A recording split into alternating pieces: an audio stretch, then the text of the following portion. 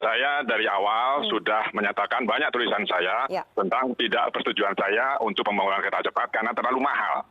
Kemudian juga yang mau naik siapa? Karena kosnya pasti mahal kecuali nanti disubsidi. Yang itu menyalahi Perpres 107 waktu itu.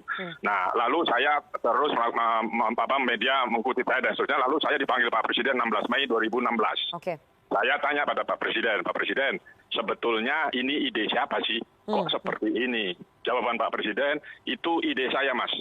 Karena untuk menjadi bangsa yang besar, kita harus mempunyai teknologi tinggi. Dan saya memilih kereta cepat karena dibantu Cina, itu waktu saya diajak naik kereta oleh Xi Jinping, ini enak sekali dan Cina mau bantu. Saya bilang, oke Pak, tetapi kosnya mahal sekali. Enggak, tenang saja. Tidak apa-apa, bisa kita biayai. Ya sudah, saya sudah sampaikan kemungkinan-kemungkinan yang sekarang terjadi.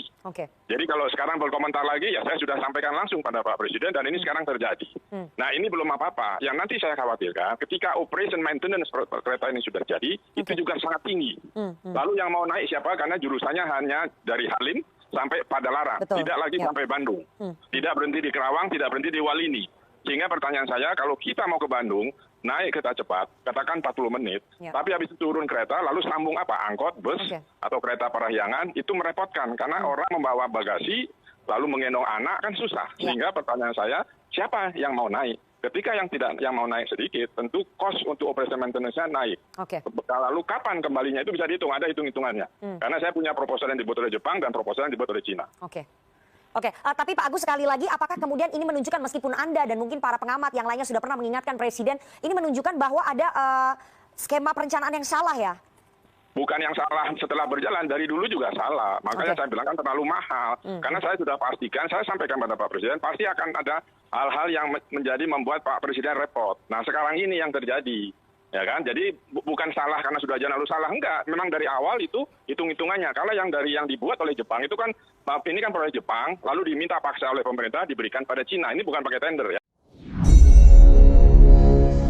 Pejabat negara yang selalu menjadi kepercayaan pemimpin populer, ya dia lagi, ternyata sekarang tugasnya ditambah untuk menyelesaikan proyek kereta cepat Bandung-Jakarta. Triliunan anggarannya untuk membangun dengan harga lebih mahal daripada membangun kereta Beijing-Shanghai yang berbatu, bergunung yang terjal secara harga per kilometernya. Membangunnya di saat negara lagi miskin lagi, tak beruang, ditambah ekonomi rakyat bawah Senin Kemis. Sementara pejabatnya hanya peduli pada maunya oligarki. Jadinya membangun jaringan kereta cepat itu harus, sekali lagi harus, dan pastinya pakai hutang. Lalu dengan hutang yang kelewat besar tersebut, apa balik nilai ekonomis dengan banyaknya komuter orang yang pakai transportasi kereta cepat tadi? Pertanyaan berikutnya, apa sih urgensinya membangun proyek mercusuar seperti begitu? Proyek itu kalau kita bandingkan dengan uang yang sama buat beli kapal nelayan misalnya, nelayannya kaya, rakyat dapat makan sehat ikan, perompak hasil kekayaan laut Indonesia, kapal-kapal asing terusir, Indonesia nelayannya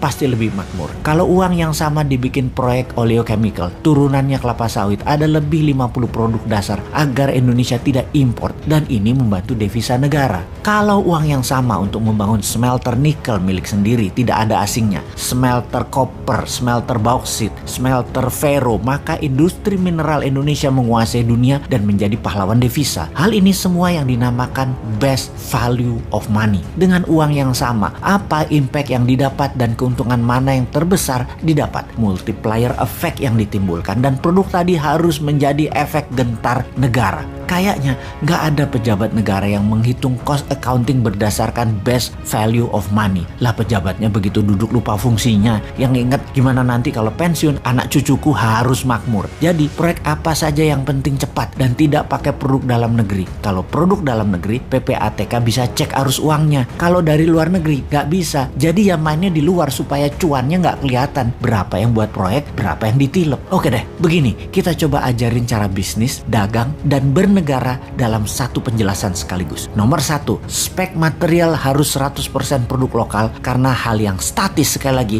harus produk lokal.